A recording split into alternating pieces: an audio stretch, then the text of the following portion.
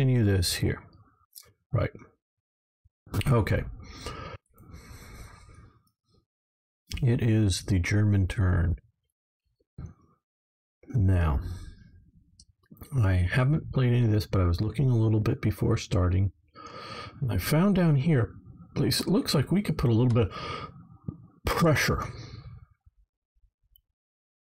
They both dug in, yes, good. Just so that any counterattacks here. There we go. Just a little bit of pressure on them. Not that that is... Hey, Jaculius.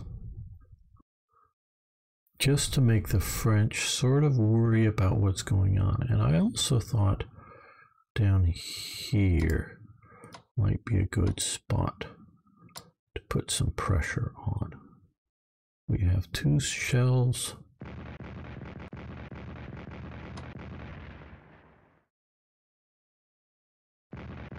You can see the morale going down just a little bit. Yeah, let's hit him with...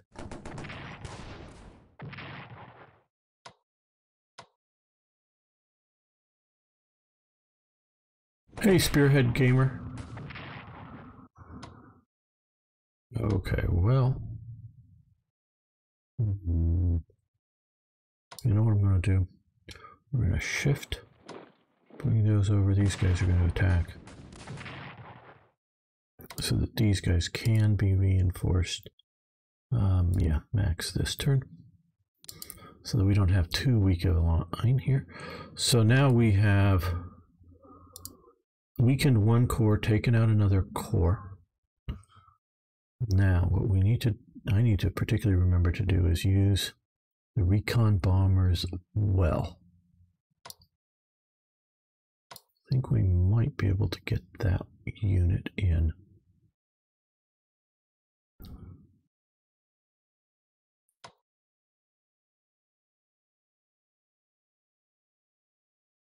So I'm looking, we're going to be attacking here for sure. Okay, I think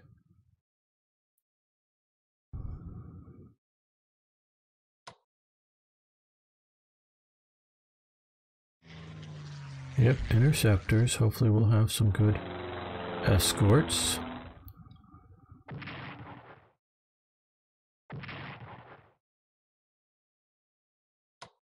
Okay, that will be good.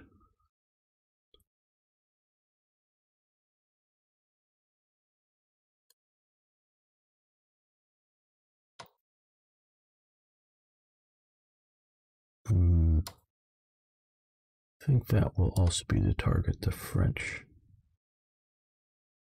division there.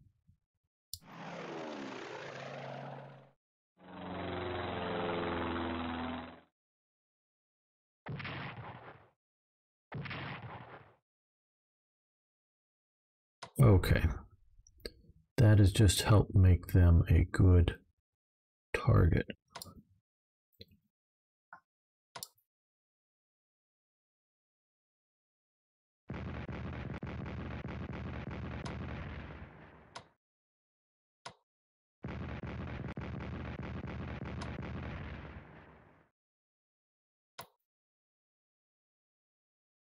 And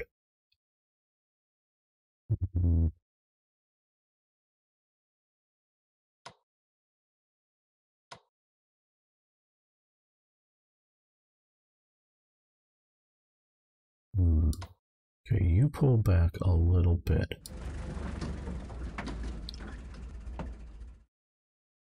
Trying to look for some space to be able to retreat to after attacking.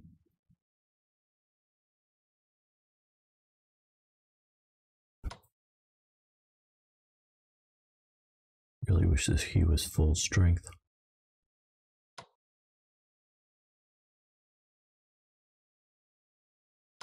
Okay, yep, I guess we are going to assault that with some artillery. Okay. Didn't quite take him out.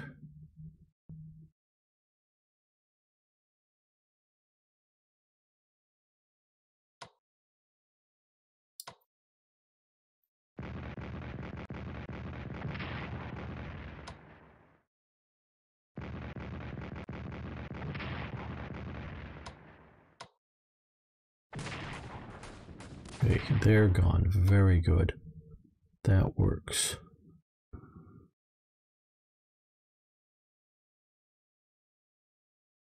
Yeah, they can fall back to here.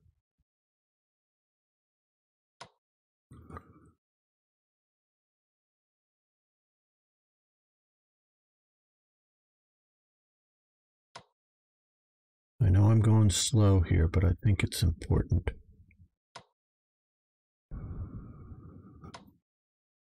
Try to get this right.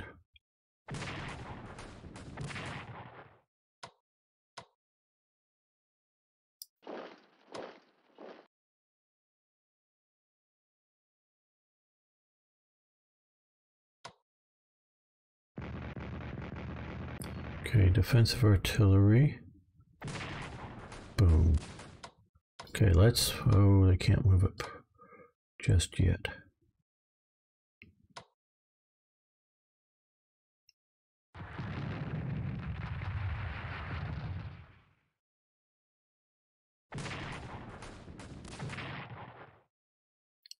And yeah, that's sort of what I was worried about. They can come to here and then attack. And we're not lucky enough for victory. Okay, well.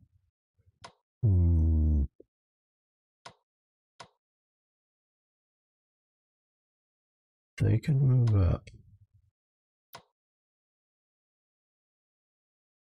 I think they could move there. Nope. Okay, that didn't work as hoped. Just can't get there from here, which is a real sort of crying shame at the moment. I'm not going to leave my artillery right. Hell. Anything that can get there now.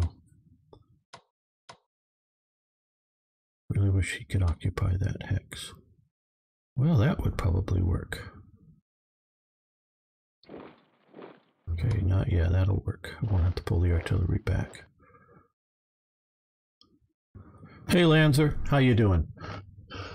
And Irbis, how you doing? Good evening. This one unit didn't go down. How can you do this to me?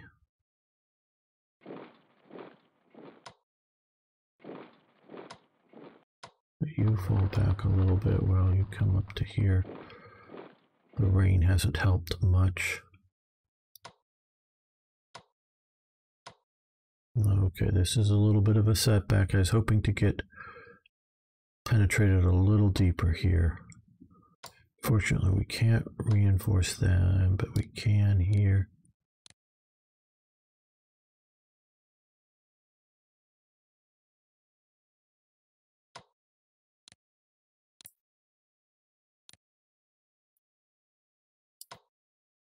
Don't worry, we'll keep pushing.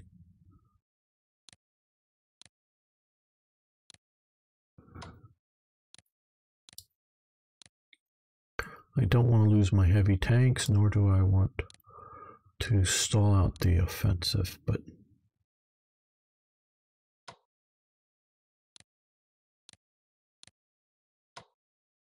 yeah, they all attacked.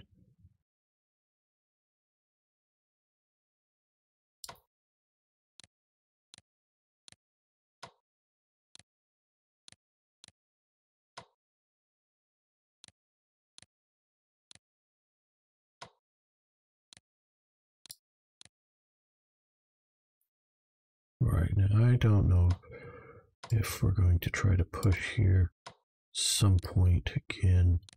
That is definitely my intention, to draw them away from where we're really attacking. So we'll reinforce.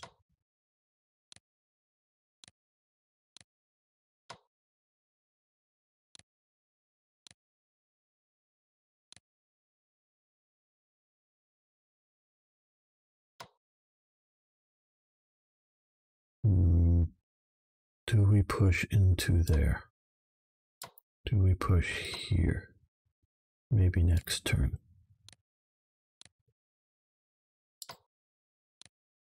When we're all ready to hit and hit our hardest.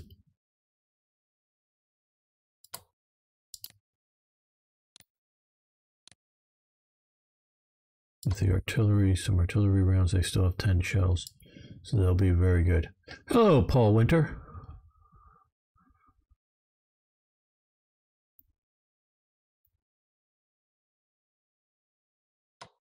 These guys, they did the attacking. Let's just check up here. Yeah.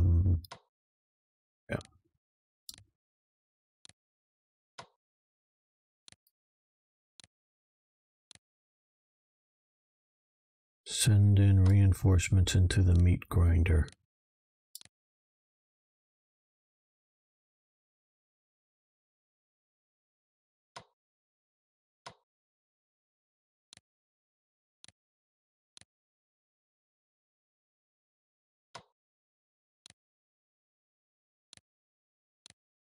Okay, so let's all look at the purchasing. Nothing for Austria-Hungary, of course. Tank Corps, we have one. I guess that's all we get.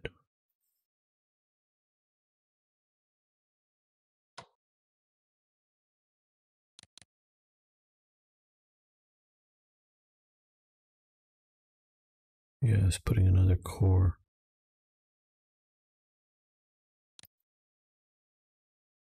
In the production queue. All right, let's see how the Allies deal with. Yes, okay. Deal with our push. I want to see how they use their tank, if at all, this turn. Okay, General von der Goltz and Mannerheim defeat the Bolshevik forces in Finland. Okay, we get a lot of MPP.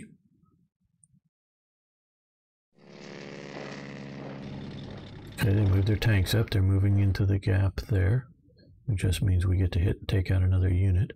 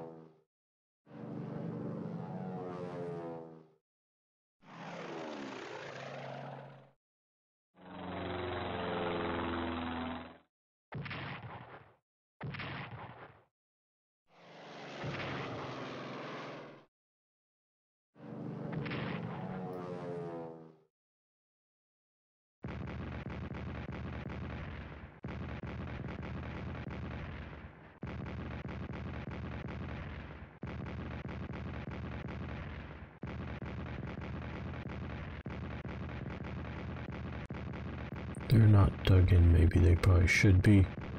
It would be helpful. We'll see about doing that if we're not pushing too hard.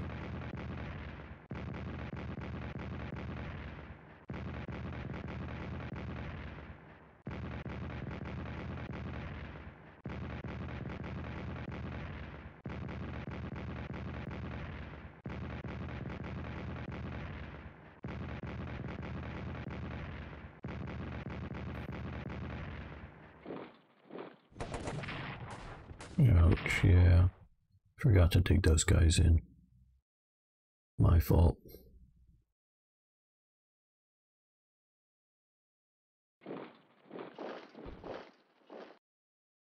Portuguese troops showing up.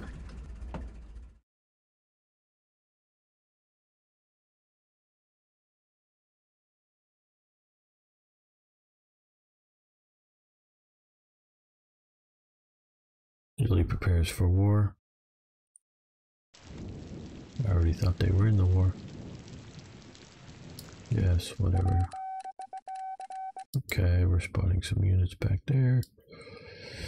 Well, the rain, you know how much I love rain in this game, or in any strategic command game. Okay.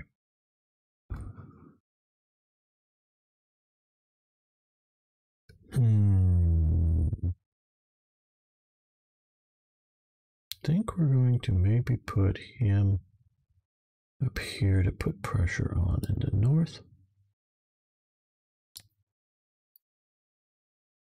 Oh, here's our main push, so let's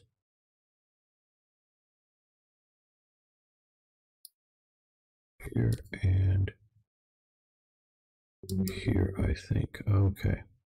Well, before we go any further, let's, yeah, they need to trench, rotate around, they need to entrench, that's the correct, they need to entrench, rotate around. Okay, that will definitely help us. There. Okay, looks like we get the better of the exchange. Now, I don't know, do we try to... Don't know if in this game shell holes affect the way tanks operate over the terrain, which definitely hindered their terrain. Now, since I played this a couple of weeks ago, I've been thinking a bit more about the Ludendorff offensive and its meaning to the world, still to us to this day. Hey, thanks for following. Do appreciate that. Ah, oh, no, it's a raiding party. Oh, cool.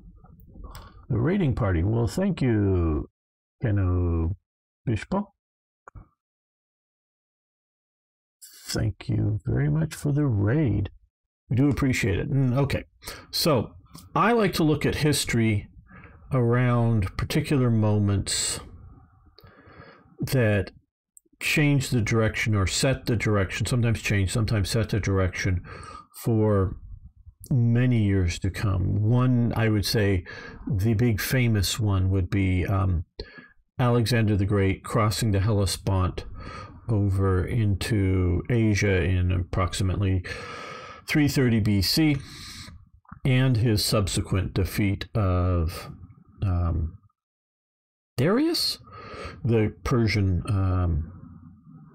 emperor or leader, however you want to say that, for King of Kings, I guess, of Persia, because that sets up hundreds of years and like about almost 400 years of history. And he could have easily, you know, been assassinated because his father's assassinated. He could have been assassinated. He could have died in one of the early battles. And that really could have either started a Macedonian civil war, you know, who's going to be in charge, sort of like what happened, but it happened long enough after he conquered the empire that set it up there. So, but it could have broken up the Macedonians, they'd gone home, and then maybe we would have seen a Persian steamroll finally taking out Greece or something. So we don't know what could have happened, a big you know, event like that, and how it could have changed. The event that sets up and starts the 20th century is, you know, 1914 is when the 20th century starts in sort of cultural, historical terms, obviously not by the date on the calendar. Hope you guys are interested in some of this. That, you know, World War I happens, and it sets up the rest of the 20th century. I put everything before it really sort of in the 19th century. And it sets up, you know, the interwar period, World War II. I know you all sort of know this, but this is really a, hey, thanks for following.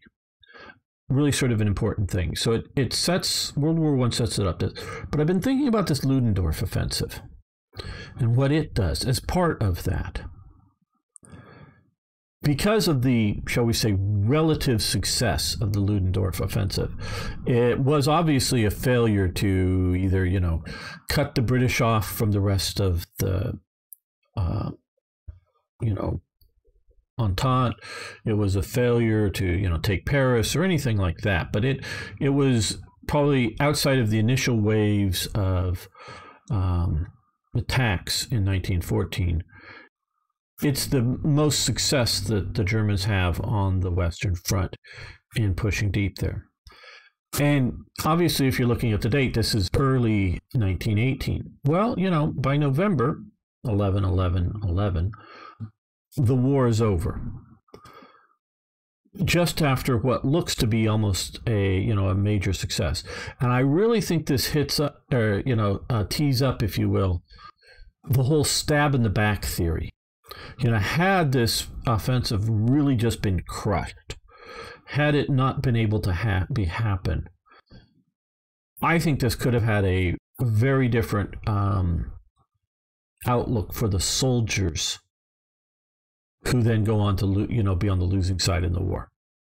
So I don't know how you think and feel about the Ludendorff offensive, if you think it had that big of a post-war impact, because it has an impact on the war itself. But I think its biggest impact is post-war and setting up that stab in the back theory, in that the army was still being successful, and it was only the politicians and others that caused Germany to lose. Okay, I want to just see. Okay, the only one that isn't dug in are the tanks. Okay, just want to make sure that we have otherwise a full front line. Okay, well, now we've got these guys sort of surrounded, which isn't, they're not completely surrounded, they're not cut off, but I want to push here. We were to push there. All right, well, these tanks aren't that overly aggressive, but let's see what we can do about this. Recon bombers, the worst of it.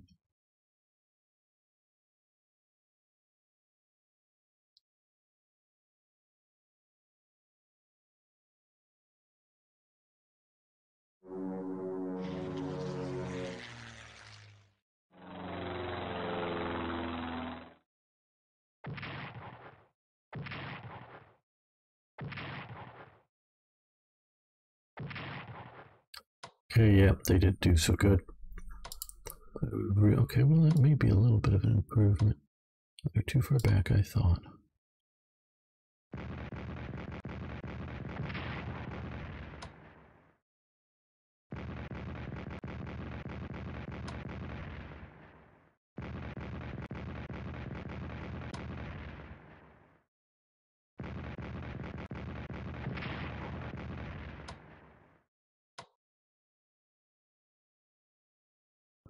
Okay, now I think we'll be able to take that with a little bit of work.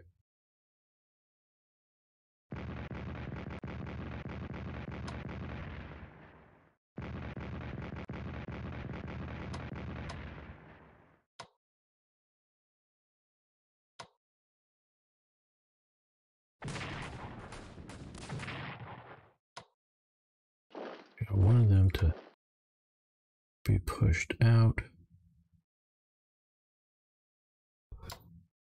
Or do we come in and attack?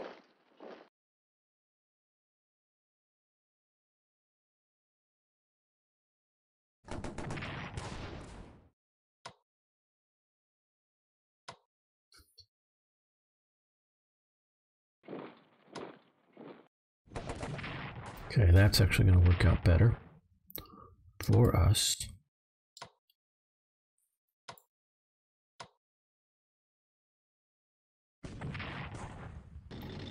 Oh, they fell back. Wow, okay.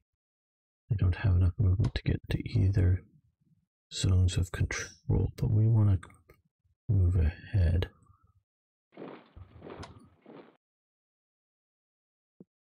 Okay, those Portuguese look like a good hit. Okay, they have 4 movement points. They can come up into here. Well, they could come now, but they wouldn't be able to attack. And I think taking this out is more important than moving my tanks up at this moment. Now here, let's see about entrenching. Big decision whether I wanted to entrench. No, I should have swapped them out and then did that, but oh well. You live and you learn. Okay, so push the tanks back. Our tanks here just don't have quite enough movement to move forward, but we're otherwise holding that line very well. I want to come back down to here. See if we can hit here usefully. Let's hit him with the stronger unit. We can absorb the most damage. Okay, well, for some reason he didn't reinforce down there. Now it's raining here. This part of the front.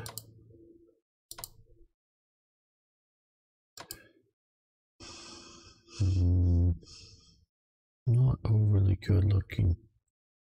Advantageous here. And remember, these are primarily just spoiling attacks that we're looking to mess with. Oh, I didn't. Oh, damn! I didn't mean to click that. Oh, wow. Oh boy, I'm messing this up, aren't I? Because we have the artillery here. If I really wanted to do that. Okay, let's use the artillery. No, I'm not really planning on taking Verdun.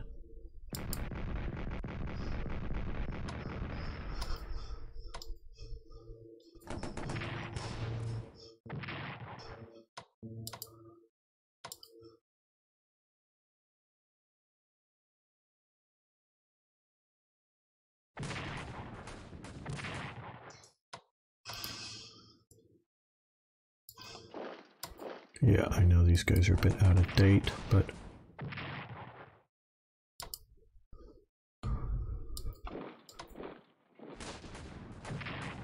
okay, so we shattered that at low cost, at least so far, so that's good.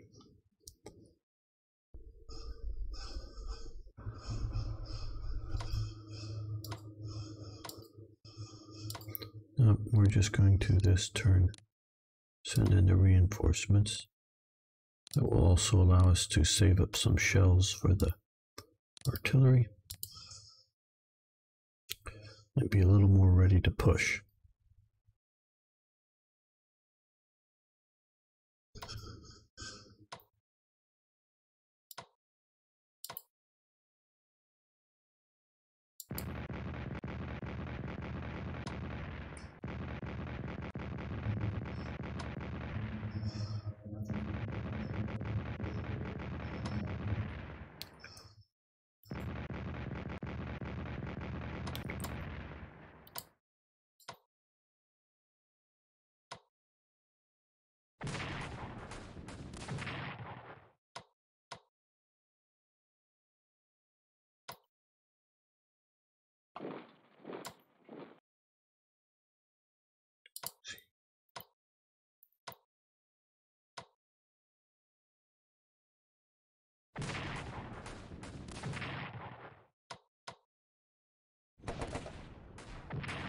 Another division shattered. Very good.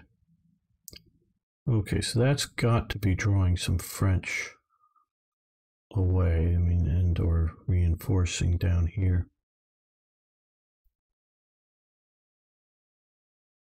They're going to want to do that, and that's what I want to have happen now. Up here. Okay, they've fired their shells.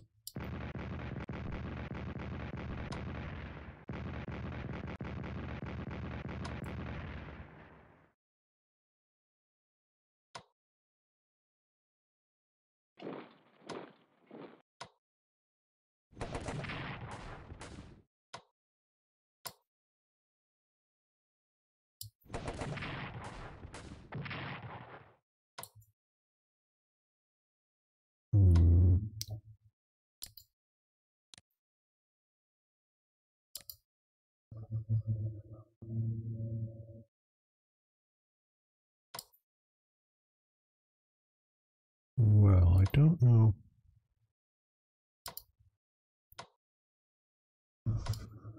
If they can come to here, I guess. They can't get up to there.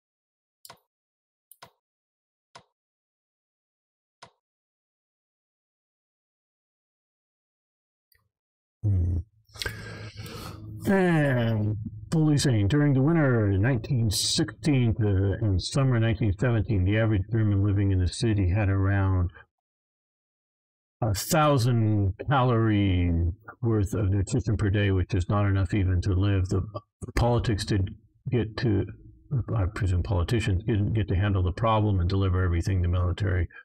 Also, Germany was blockaded by the British so that they couldn't have won the war. They weren't backstabbed. They just thought mindless fighting couldn't ever win. Yeah, couldn't. Just reading a bit of the stuff about the supplies during the war, there is nothing they really add. Yeah, you're absolutely right. I'm in no way trying to suggest that the stab in the back theory is like a real thing. It's definitely a thing that becomes a popular myth, and particularly amongst many military, high and low-ranking military, especially on the sort of right-wing side. Definitely, they believe it's a thing. You're absolutely right that Germany is strategically starved out. And so there's no getting around that. There's no way they could have continued the war. They had lost the war. Just because they still had the ability to fight in the front lines doesn't mean they haven't lost. And so this is something that really is, I think an important look at how people interpret what's going on, for sure. But gotta get these guys better off. And so, even this offensive here is a wasted thing for sure.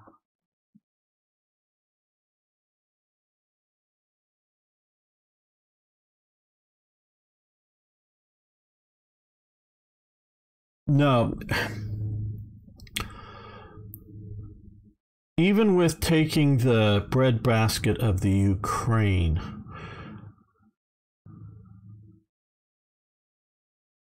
Germany can't feed itself. And you've got to understand, there were still, I believe at the time of this offensive here, 1 million men in the east occupying, watching the frontier, all of that stuff. Hello, unknown. And so I can't talk with any super expertise knowledge on the German farming situation, but I know that having all of those men in the army and the casualties that are lost greatly reduce the amount of food you can grow, because food just doesn't spring from the ground. And bringing out a bunch of non-farmers, often maybe women, if they even did so, and I don't know how much they had of a, women's land army in World War I equivalent. I'm sure women were working in the fields. I'm sure of it, but I don't know how top-down organized it was, if at all. So, but that doesn't replace expert farmers of that particular. Yep, Spanish flu. That was starting in 1918.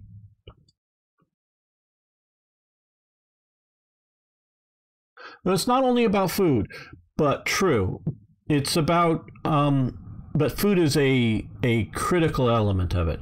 And so, and I've also reading in some of the things about Germany in World War II and the need to invade the Soviet Union, that I'm coming from TIK, who does some nice videos, and he was reading Goebbels' diaries and using it as support, that the solution to Germany's food problem was invading the Soviet Union.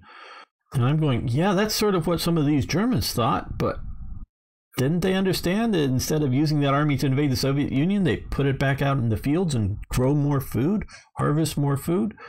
Yeah, they could have. And I know they could have done more. Now, I don't know if more equals enough. So that's what I don't have any intelligent information to go, if they could somehow, shift manpower around, it would be enough. Germany was at least, sort of at the end of the 19th century, the most advanced nation on chemical fertilizers.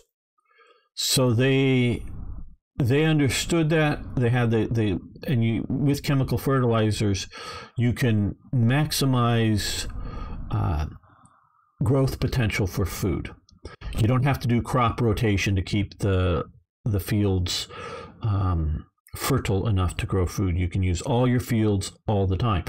But the same basic chemical setups, not necessarily exact same formulas, but the same chemical plants that are going to be making your chemical fertilizer are also going to be making your explosives.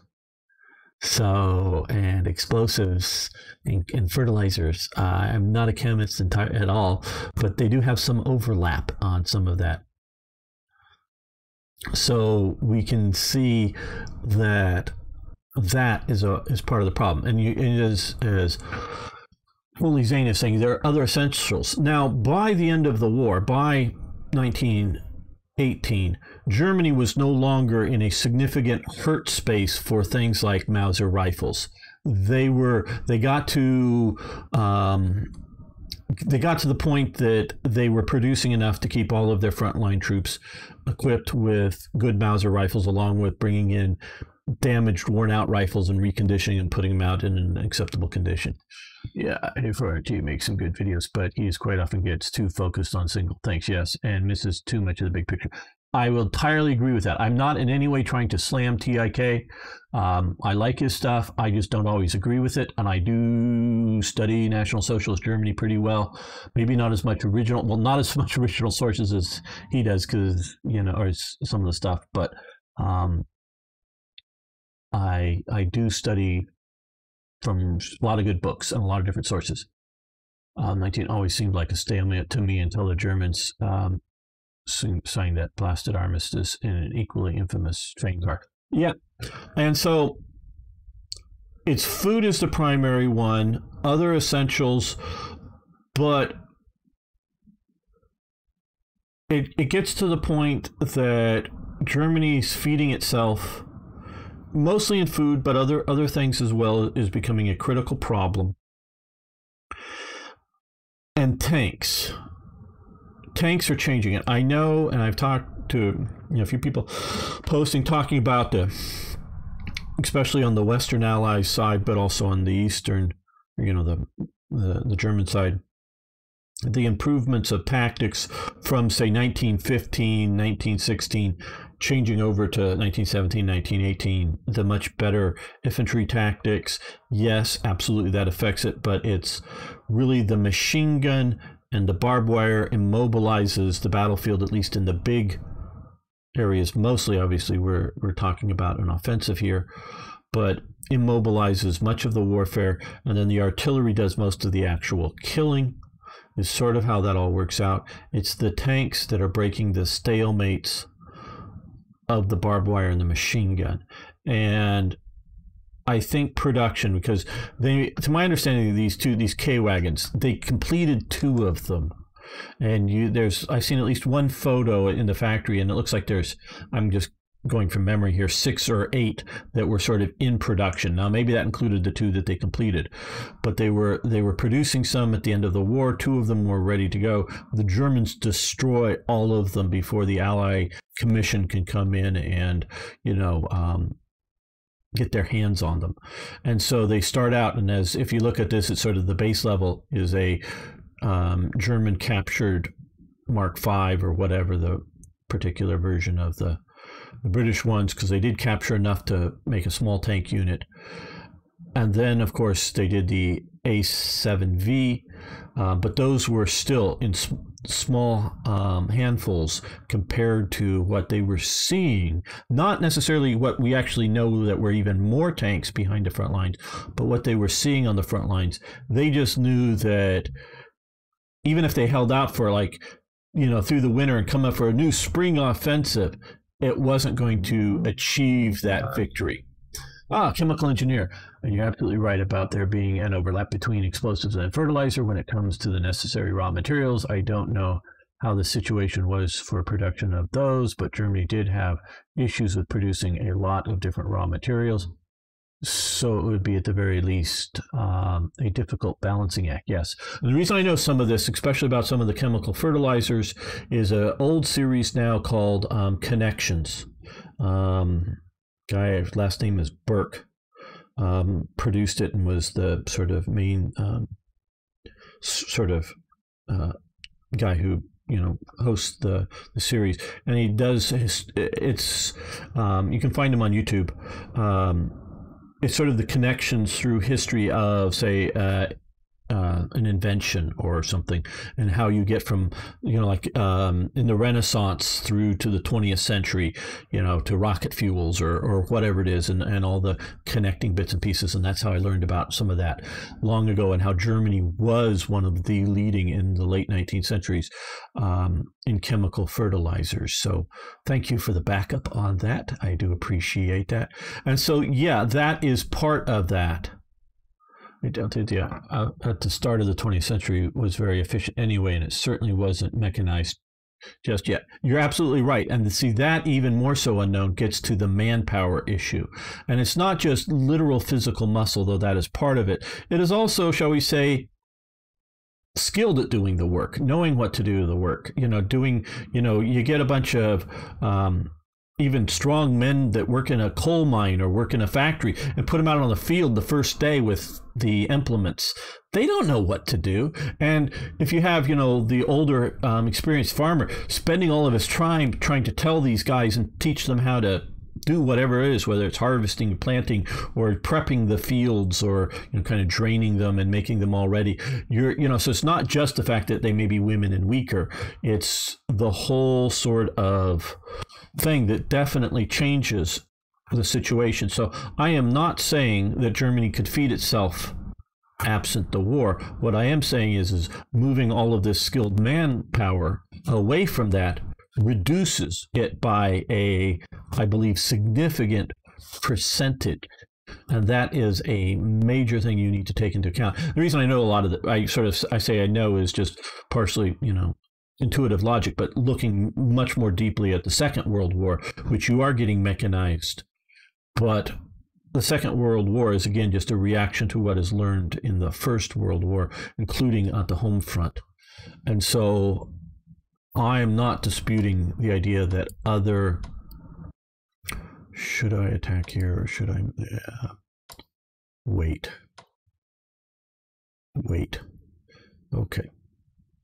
And so that